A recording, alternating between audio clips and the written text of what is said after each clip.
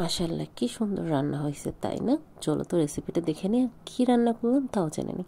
Hello, আসসালামু আলাইকুম। কেমন আছো আপু ভাইয়ের? আশা করি সবাই অনেক অনেক বেশি ভালো আছো। আলহামদুলিল্লাহ, রমজান তোমাদের অনেক বেশি ভালো যাচ্ছে, আল্লাহর কাছে এই দোয়াই করি।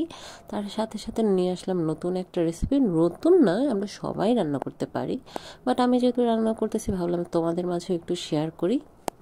আমি সবসময় তোমাদের যেটা বলি, আমি আসলে কারো কাছ থেকে ওইভাবে রান্না শিখি নাই। আমি আমার মা রান্না করতো, সেগুলো খেতাম, সেগুলো থেকে আন্দাজ করে যতটুকু রান্না করি ততটুকু শিখে গেছি। আজকে যেটা রান্না করছি সেটা হচ্ছে ছোট বাইং মাছ। অনেকেই তোমরা অনেক পছন্দ করে খাও আমার মতো, আমি জানি। আর যারা খাও না তারা কিন্তু ট্রাই করে দেখতে পারো। কাঁচা ভুনা করে যখন তোমরা ছোট ব্যাংকটা খাও না, খুব বেশি মজা লাগে। তো আজকে আমি রান্না করলাম, ভাবলাম তোমাদের মাঝে শেয়ার করে। আর আমার মতো যারা নতুন রাঁধুনি আছো তাদের জন্য একটু উপকার হলো।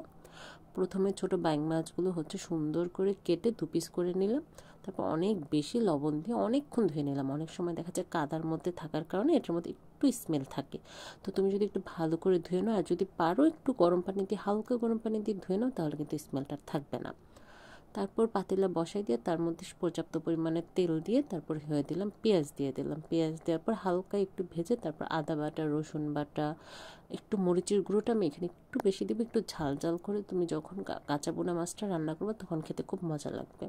তারপর সামান্য একটু হলুদের গুঁড়ো দিয়ে তারপর কষায় নেব। কষানো শেষ হলে তারপর এর মধ্যে দিয়ে দেব টমেটো। টমেটোটা দিয়ে সুন্দর করে যখন টমেটোটা একটু নরম হয়ে আসবে তার মধ্যে দিয়ে দেব মাছ। মাছ দেওয়ার পর তারপর হচ্ছে হালকা করে নেড়ে চেড়ে এটা ঢেকে দেব।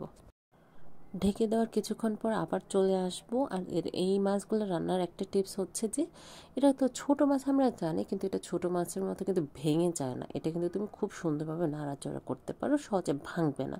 তো তুমি সুন্দর করে কষায় নাড়াচাড়া করে রান্না করতে পারো। এই তো ঢাকার পর আরেকবার চলে আসলাম। এখন আমি একটু পানি দিয়ে এটা কষায় নেবো, যাতে হচ্ছে মশলাটা খুব সুন্দর করে ভিতরে চলে যায়।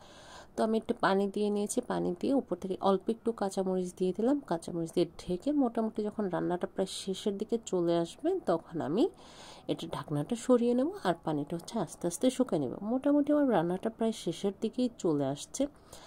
এখন আমি যেটা করব, এখন হচ্ছে আমার গাছের থেকে কিছু তোলা ধনিয়া পাতা উপর থেকে ছিটিয়ে দিচ্ছি। এই ধনিয়া পাতা দেওয়ার পর তোমার রান্নার স্বাদ দ্বিগুণ বেড়ে যাবে, ট্রাস্ট মি, দ্বিগুণ বেড়ে যাবে।